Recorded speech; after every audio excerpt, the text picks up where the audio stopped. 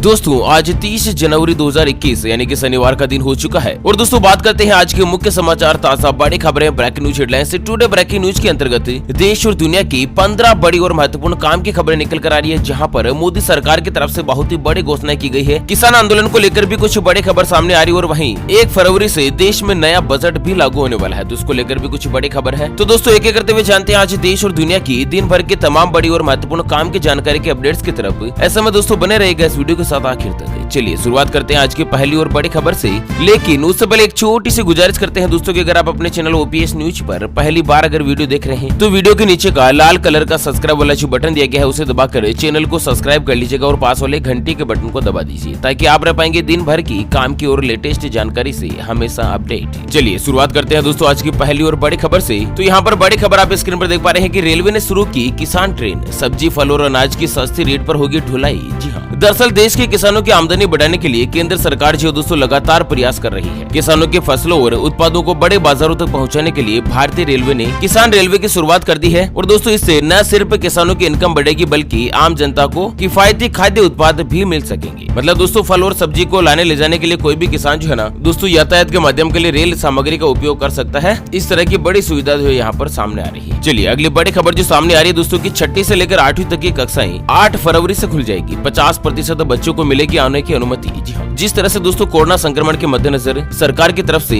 जो लॉकडाउन लागू किया था और उसके मद्देनजर लगभग 1 साल बीतने में आया है दोस्तों, स्कूल और कॉलेज पूरी तरह से बंद है। हालांकि 9वीं से लेकर 12वीं तक की जो कक्षाएं है ना वो दोस्तों चालू भी हो चुकी है, खुलने लग गई है। और इसी बीच अभी की बड़ी खबर आ रही है दोस्तों की बिहार में 6ठी से लेकर 8वीं तक के जो बच्चे है ना वो भी 50% क्षमता के साथ 8 फरवरी से ही स्कूल जा पाएंगे। अब तक क्या होता था, केवल 9वीं से लेकर 12वीं तक की जो विद्यार्थी है ना वो स्कूल जा सकते थे, ठीक है ना, बाकी के लिए स्कूलें नहीं खुली थी। फिलहाल 6ठी के लिए खुल गई है। अब दोस्तों यहाँ पर 1 से लेकर 5वीं तक की कक्षाएं भी बहुत जल्द खुलने की प्लानिंग की जा रही है। कोरोना वायरस की वैक्सीन बन चुकी है, इस तरह से गवर्नमेंट की प्लानिंग है। धीरे धीरे जो है ना सारा सिस्टम जो वापस से शेड्यूल में चालू हो जाएगा। और इसी बीच पंजाब से बड़ी खबर आ रही है कि पंजाब सरकार ने ले लिया है बड़ा फैसला। 1 फरवरी से खुल जाएंगे प्राइमरी स्कूल। जी हाँ, जिस तरह से दोस्तों 1 से लेकर 5वीं तक के जो स्कूल है ना, जो प्राइमरी स्कूल है, प्राथमिक कक्षाएं है दोस्तों, उन सभी को भी खोलने की अनुमति जो है गवर्नमेंट ने दे दी है। चलिए अगली खबर सामने आ रही है कि यूनिक कंप्यूटर लैंग्वेज से की जाएगी खेती। तेलंगाना सरकार ने शुरू कर दी है नई व्यवस्था। जी हाँ, दरअसल दोस्तों सरकार की एक यूनिक तकनीक जो कि दोस्तों विकसित होने की तैयारी में है, जो कृषि और टेक्नोलॉजी में एक स्टैंडर्ड लैंग्वेज का इनोवेशन करेगी और इस टेक्नोलॉजी में कृषि और तकनीक दोनों को एक कॉमन लैंग्वेज मिल सकी है। मतलब दोस्तों वैज्ञानिकों की तरफ से, साइंटिस्ट की तरफ से एक ऐसी लैंग्वेज डेवलप की गई है जिससे खेती से जुड़ी सारी की सारी जानकारी जानने में आसानी रहेगी और दोस्तों मदद मिलेगी खेती से जुड़ी जानकारी के लिए। चलिए अगली खबर में जान लेते हैं दोस्तों। यहाँ पर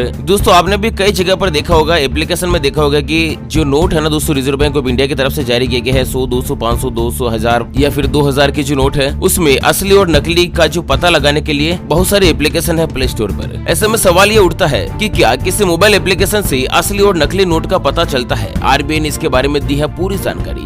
दोस्तों सरकार ने नोटबंदी के बाद 2000 रुपए का नया नोट जारी किया था। नेशनल क्राइम रिकॉर्ड ब्यूरो की सालाना रिपोर्ट के मुताबिक पिछले साल जितने भी नकली नोट पकड़े गए उनमें सबसे ज्यादा 2000 रुपए के नोट ही थे। ऐसे में आम आदमी की मुश्किलें तब और भी ज्यादा बढ़ जाती है जब कभी दोस्तों एटीएम से भी 2000 का नोट जो नकली आ जाए। इसलिए बैंक में जाकर ग्राहक हमेशा से एक ही चीज पूछता है कि क्या ऐसी कोई एप्लीकेशन है जिससे नकली या फिर असली नोट के बारे में पता चल सका है। तो इसको लेकर रिजर्व बैंक ऑफ इंडिया ने अपनी एक ऑफिशियल वेबसाइट के जरिए दोस्तों जानकारी भी दी है। दरअसल आरबीआई का कहना है कि मोबाइल एडेड नोट आइडेंटिफायर यानी कि मोबाइल फोन की सहायता से नोट की पहचान करता, जिसके लिए एक एप्लीकेशन बनी हुई, उस एप्लीकेशन का नाम है मनी ऐप। लेकिन ये ऐप जो है ना दोस्तों दृष्टि बाधित लोगों के लिए है और इससे निःशुल्क एप्लीकेशन को एक बार इंस्टॉल करने के बाद इंटरनेट की आवश्यकता नहीं होती है। अच्छा, मनी ऐप से केवल दोस्तों इस चीज का पता लगाया जा सकता है कि नोट कितने रुपए का है, कितने रुपए की मुद्रा का है, 100 का है, 200 का है, 500 का है या फिर 2000 रुपए का है, असली है या नकली है, उसके बारे में कोई भी जानकारी जो है दोस्तों किसी भी एप्लीकेशन से नहीं मिल सकती है। चलिए अगली खबर में जान लेते हैं आज के ताजा मौसम समाचार।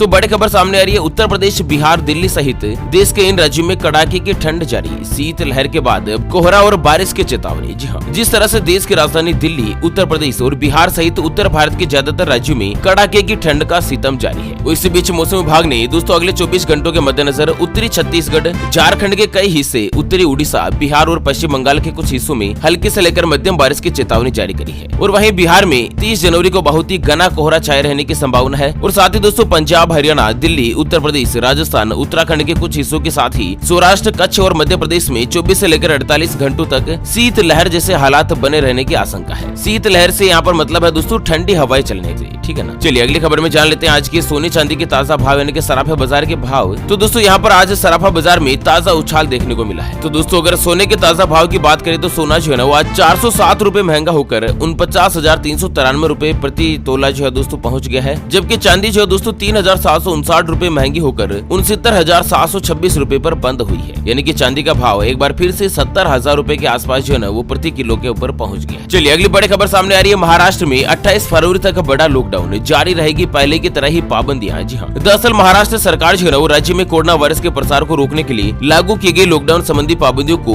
दोस्तों यहाँ पर एक बार फिर से 28 फरवरी तक के लिए बढ़ा दिया है। और राज्य सरकार ने इस संबंध में एक सर्कुलर जारी करके कहा है कि प्रदेश में कोविड-19 वायरस के फैलने का जो खतरा है वो बरकरार है और सरकार को इमरजेंसी कदम की उठाने की जरूरत है जो महसूस हो रही है। यहाँ पर आपको बता दें कि पिछले दिनों गृह मंत्रालय ने भी देश में कोरोना वायरस के खतरे को रोकने के लिए नई गाइडलाइंस जारी करी थी। और ये जो गाइडलाइंस है ना वो 1 फरवरी से लेकर 28 फरवरी तक प्रभावित रहेगी। मतलब दोस्तों 28 फरवरी तक जो है ना वो दोस्तों महाराष्ट्र राज्य में लॉकडाउन जो लागू किया गया। चलिए मुंबई वासियों के लिए बड़ी खबर सामने आ रही है दोस्तों की 1 फरवरी से शुरू हो जाएगी मुंबई लोकल ट्रेन। जी हाँ, देश की आर्थिक राजधानी और दोस्तों भारत देश की जो लाइफ लाइन कहे जाने वाली मुंबई लोकल ट्रेन जो है ना वो दोस्तों 1 फरवरी से आम जनता के लिए शुरू हो जाएगी। दरअसल कोरोना वायरस महामारी के चलते मुंबई लोकल ट्रेन सर्विस को पिछले साल के मार्च महीने में बंद किया था, जिससे दोस्तों महाराष्ट्र के मुख्यमंत्री उद्धव ठाकरे ने बड़ा ऐलान किया है कि 1 फरवरी से सभी मुंबईकरों के लिए लोकल ट्रेन की जो सेवा है ना वो फिर से शुरू कर दी जाएगी। चलिए अगली बड़ी खबर सामने आ रही है दोस्तों की सरकार ने इन 15 जिलों में इंटरनेट सेवा पर लगा दी है रोक। जी हाँ, जानते हैं दोस्तों पूरी खबर डिटेल के साथ, लेकिन उससे पहले हमेशा की तरह एक नजर डालते हैं आज के माइंड क्विज यानी कि गिवे वाले सवाल की तरफ। तो दोस्तों आज का माइंड क्विज वाला सवाल आप स्क्रीन पर देख पा रहे हैं। अंग्रेजी वर्णमाला में ए से लेकर जेड तक कुल कितने अक्षर होते हैं? जी हाँ दोस्तों दोबारा सुन लीजिएगा, अंग्रेजी वर्णमाला में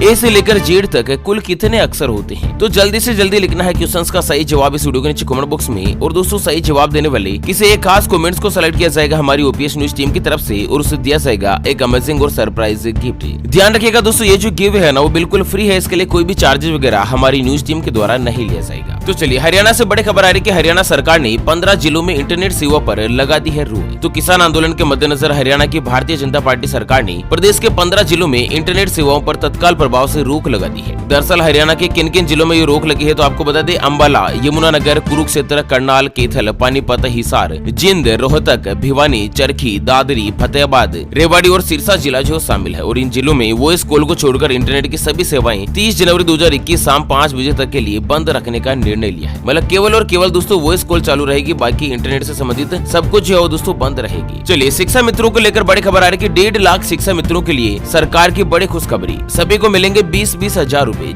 दरअसल उत्तर प्रदेश के 1.5 लाख यानी कि लगभग 1,50,000 शिक्षा मित्र के लिए बड़ी खुशखबरी है। सभी शिक्षा मित्रों के लिए राज्य सरकार ने फंड जारी कर दिया है और योगी सरकार जो शिक्षा मंत्रालयों के लिए उनके बैंक खाते में दोस्तों 20-20 हजार रूपए भेजने का जो प्रस्ताव है ना वो गवर्नमेंट की तरफ से किया गया। चलिए अगली खबर में जान लेते हैं दोस्तों कोरोना वायरस से जुड़े कुछ महत्वपूर्ण आंकड़े। तो दोस्तों भारत देश की अगर बात की जाए तो भारत देश में कोरोना वायरस के कुल पॉजिटिव केस की संख्या जो है ना वो दोस्तों 1,07,27,240 के ऊपर पहुंच गई है। और वहीं अगर मरने वालों की बात की जाए तो 1,54,069 व्यक्ति जो है ना वो भारत देश में अब तक कोरोना वायरस के चलते अपनी जान गंवा चुके हैं। हालांकि 1,03,99,560 जो है ना वो दोस्तों ठीक हो चुके हैं। और एक्टिव केस जो है ना दोस्तों भारत देश में एक्टिव केस जो कि हॉस्पिटल में भर्ती है, एडमिट किए गए हैं, उनकी संख्या फिलहाल जो है वो 1,69,133 के ऊपर है। तो इस तरह से कोरोना वायरस के आंकड़े सामने आ रहे हैं। चलिए किसान आंदोलन को लेकर बड़ी खबर आ रही है कि कृषि कानून से किसानों को नहीं होगा कोई भी नुकसान, लाल किले पर जो भी हुआ वह दुर्भाग्यपूर्ण, राष्ट्रपिता रामनाथ कोविंद ने किया है बड़ा ऐलान।